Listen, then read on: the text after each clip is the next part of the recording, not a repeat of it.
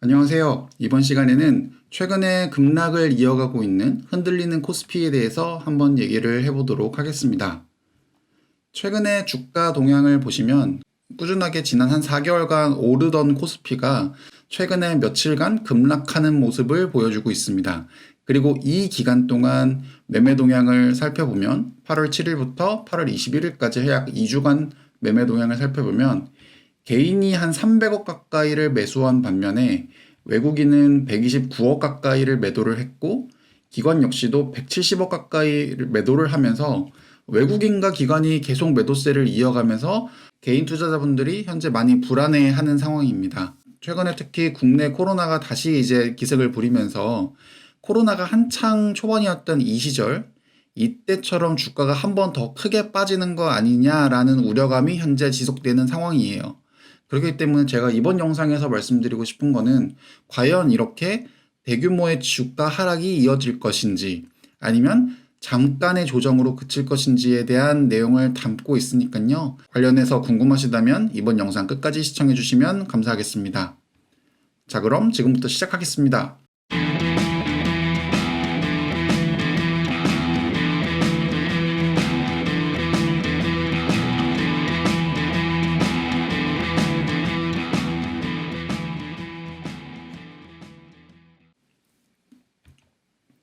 자, 저는 일단 기본적으로 하락이 아니라 단순 조정이라고 생각합니다. 그래서 흔들리는 코스피 하락이 아닌 조정인 이유 네 가지를 말씀드릴 건데요.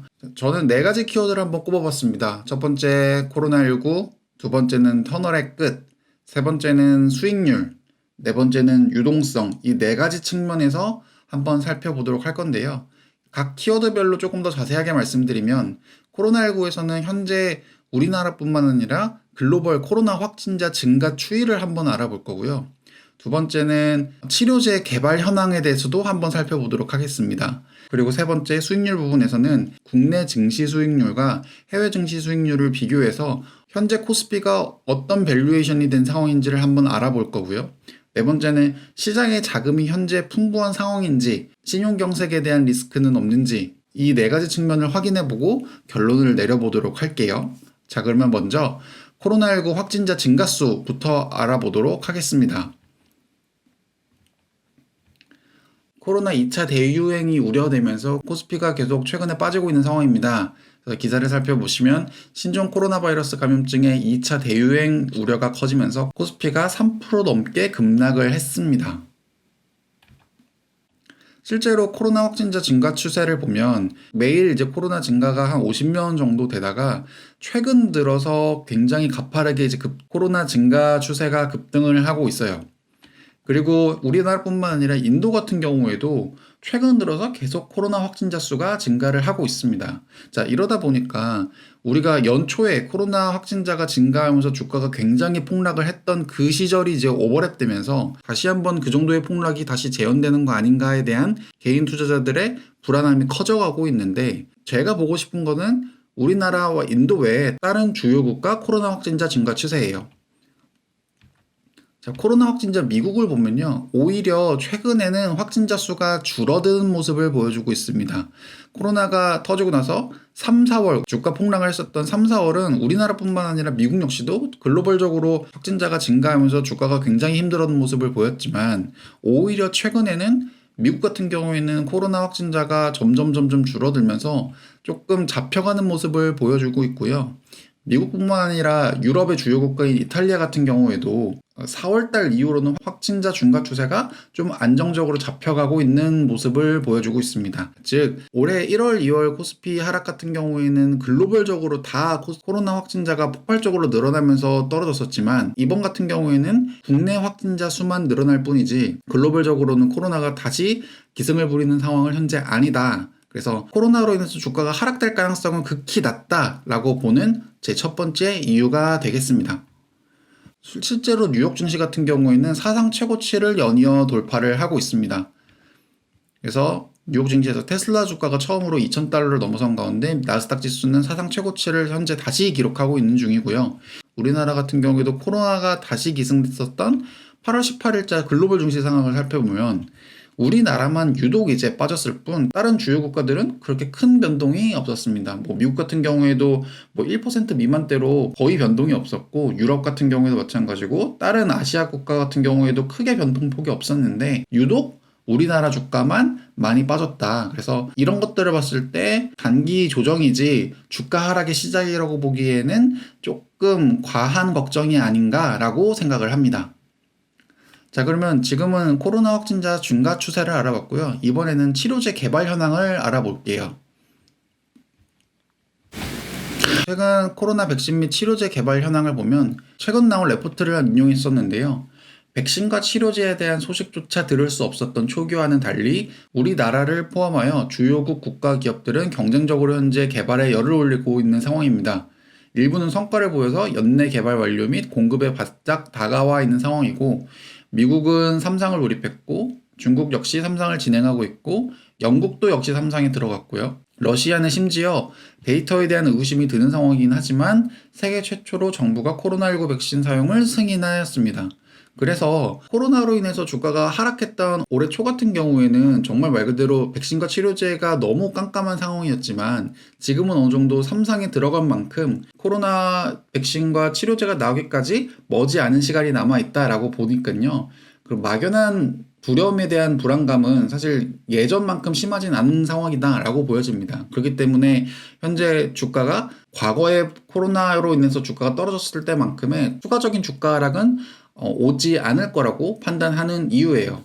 조금 더 자세하게 한번 살펴보면 현재 3상 진입된 것만 미국의 모더나, 그 다음에 영국의 아스트라제네카 현재 진행하고 있고요. 화이자 같은 경우에도 3상에 돌입을 한 상태고 그래서 굉장히 많은 물질들이 현재 3상에 진입을 한 상태예요. 자, 그러면 이번에는 글로벌 해외 증시를 한번 알아보도록 하겠습니다. 자, 코스피 지수 최근 주가 동향을 보면 3월 달에 1400 정도를 찍었던 게 사실 계속 가파르게 상승을 해오고 있는 상황이에요. 그리고 최근에는 조금 하락을 하긴 했지만 아직도 큰 추세에서 보면은 그렇게 많이 하락한 건 아니다라고 말씀드릴 수 있고요. 최근 3개월 주요국 증시 수익률을 보면 우리나라 코스피가 다른 주요국 대비해서 압도적으로 높은 수익률을 현재 기록을 하고 있습니다. 그렇기 때문에 이 부분에서 단기 조정이라고 생각하는 게 조금 더 설득력이 있다라고 말씀드릴 수 있는 거예요. 이미 다른 주요 국가들보다 수익률이 월등하게 좋았기 때문에 한 번쯤은 쉬어갈 필요가 있다라고 말씀을 드립니다. 자, 우리나라 코스피 퍼를 보면요. 지금 현재 2007년과 2009년에 이제 퍼 12배를 넘었던 시절이 잠깐 있었고요. 그리고 약 한 10년 가까이는 계속 퍼가 12배에서 8배 사이를 계속 왔다 갔다 하는 모습을 보이다가 최근 들어서 다시 퍼가 12배가 넘고 13배에 근접할 만큼의 현재 주가 상황을 보여주고 있거든요. 지금 이 부분이 코로나 터지고 나서 굉장히 빠르게 회복한 상황인데 그만큼 현재 코스피는 역사적 고점에 도달해 있다라고 봐도 무방한 상태입니다. 퍼 기준으로 고점을 돌파한 후에 주가 차트를 보면 이 지난 부분이 이제 12배를 돌파하고 나서 단기간에 조정을 받다가 이후에 좀 꾸준하게 상승하는 모습을 보였고요.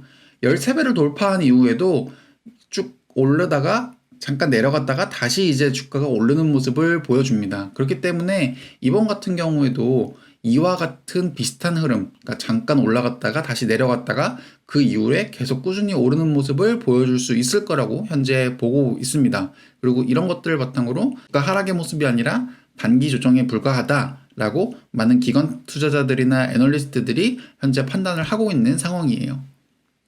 자, 그리고 네 번째 이제 스프레드 관련된 내용도 한번 알아보도록 할게요. 자, 코로나19 이후로 코스피가 상승할 수 있었던 가장 큰 이유는 아무래도 시장에 자금이 많이 풀려 있기 때문에 그런 것들이 가능했다라고 보시는 게 맞는데, 자, 2월, 3월에는 예상치 못한 코로나19의 확산으로 인해 경제 활동이 급격히 위축됐고 이는 신용 경색으로 이어졌습니다. 즉, 그 어떤 자산보다 현금이 중요한 시기였던 것입니다. 그렇기 때문에 이제 연준이 개입을 했던 거고요. 그래서 시장의 유동성을 풍부하게 늘리기 시작합니다. 시장에 자금이 얼만큼 많이 돌고 있느냐, 자금이 얼만큼 풍족한 상태이냐를 알아보는 유용한 지표가 있는데 그게 바로 리버 스프레드라고 하는 지표예요.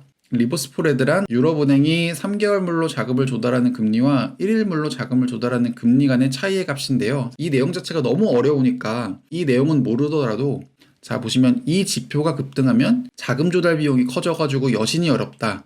여신이 어렵다라는 거는 단기 자금 시장이 경색됐다는 의미로 볼 수 있다. 그래서 이 스프레드 지표가 높아지면 현재 신용 경색 상황이고 자금이 융통하는 게 굉장히 어렵다. 뭐 이 정도로 이해하시면 될 것 같은데 최근에 리보와의 스프레드를 보면요. 주가가 급락했던 이 시절 3월, 4월에는 리버 스프레드가 150bp까지 올라갈 정도로 굉장히 가파르게 올라갔다가 이후에 시장에 자금이 풀리면서 리버 스프레드가 계속 하락하는 모습을 보였고요. 그리고 이런 것들을 통해서 글로벌 증시가 계속 안정적으로 상향할 수 있었다라고 보시면 되는데 리버 스프레드뿐만 아니라 CP금리 스프레드 같은 경우 살펴보시면 주가가 굉장히 안 좋았었던 코로나가 터지고 났을 때 신용경색이 왔었을 때 200bp까지 올라갈 정도로 신용경색이 좀 두드러지다가 이후에 자금이 풀리면서 안정적인 모습을 보여줬었고요. 그리고 이런 것들을 통해서 주가가 오르는데 큰 역할을 했었습니다. 최근의 동향을 살펴보면 지금 이 부분 그리고 리버 스프레드 이 부분을 보면 리버 스프레드가 현재 올라가는 상황이 아니에요. 그래서 이런 것들을 보더라도 장기 주가 하락의 신호탄이라고 보기에는 조금 무리가 있는 거 아니냐. 아마 단기 조정으로 끝나지 않을까에 대한 근거로 활용되고 있는 상황입니다. 자, 보시면 아래 그래프에서 확인해야 할 점은 현재 상황입니다. 그래서 지금은 두 지표 모두 상승하는 흐름이 전혀 관찰되지 않고 있어요. 그 말인즉슨 적어도 글로벌 금융시장에서 신용경색 우려가 전혀 없는 상태다라는 것을 우리가 이 차트를 통해서 확인을 할 수가 있습니다. 자, 지금까지 4가지 근거를 바탕으로 현재 코스피가 하락이 아니라 단기 조정인 이유를 알아봤습니다. 최근에 코로나가 다시 재발하고 그럼에 따라서 한국 코스피 지수가 떨어짐에 따라 많은 분들이 투자하시는 과정에 있어서 많이 불안해 하셨을 텐데요. 저는 이와 같이 4가지 근거를 바탕으로 하락이 아니라 조정이라고 판단을 합니다. 근데 사실 물론 사람마다 생각은 다를 수 있는 거잖아요. 저희 구독자분들은 최대한 많은 다른 분들의 영상을 확인하셔서 어떤 분들은 대폭락의 시작이다라고 말씀하신 분도 계실 텐데 그분이 말씀하시는 근거 그리고 제가 말씀드리는 근거 이런 것들을 적절하게 조합하셔가지고 투자에 올바른 판단을 하시길 바라겠습니다. 자, 그럼 지금까지 시청해 주셔서 대단히 감사합니다.